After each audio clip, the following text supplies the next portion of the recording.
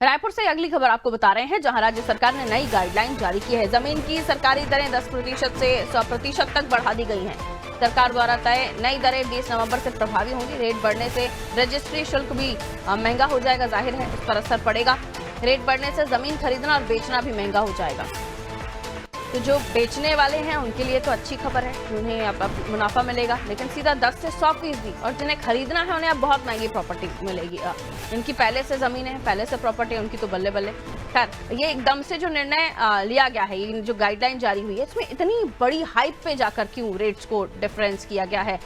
कुलभूषण मेरे सहयोगी हमारे साथ जुड़े हुए हैं। सीधा कुलभूषण, 10 से 100% की बढ़ोतरी जमीन की सरकारी दरें जो है उसमें कर दी गई हैं। जाहिर है रेट्स तो बढ़ेंगे, लेकिन जिन्हें खरीदना है उनके लिए तो पसीना निकलने वाली बात है। देखिए, लंबे समय से जो है वो छत्तीसगढ़ में जमीन की दरें जो है वो पुराने रेट पर ही चल रही थी और इसे लंबे समय से बढ़ाने की बात की जा रही थी।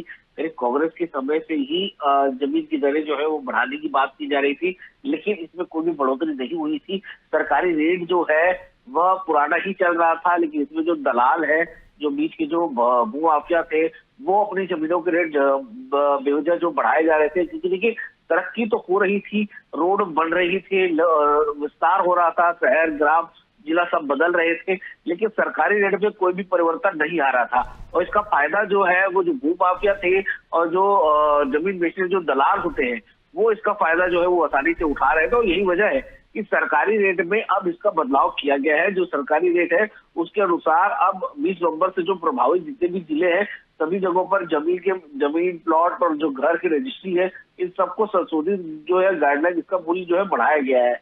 क्योंकि क्या है, देखिए, रजिस्ट्री शुल्क हो या स्टाम्प ड्यूटी हो, इस सब में पेपर में काफी कम कीमत पे लोग वहां पर रजिस्ट्री और वो सब करवाते थे, और उसके बाद जो ऊपरी पैसा है वो भू माफिया अपने अंदर रख लिया करते थे, या और इससे राजस्व को काफी नुकसान भी इससे हो रहा था।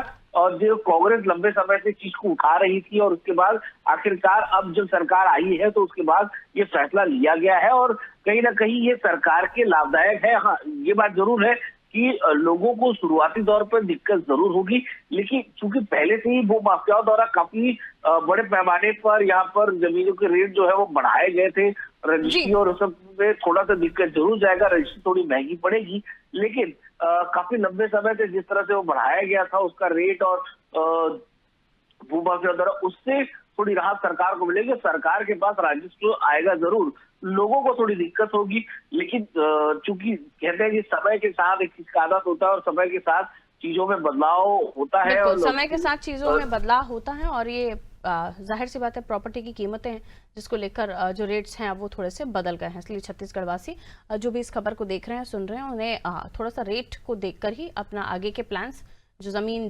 प्रॉपर्टीज को लेकर है वो प्लान करने चाहिए। बहुत शुक्रिया कुलभूषण।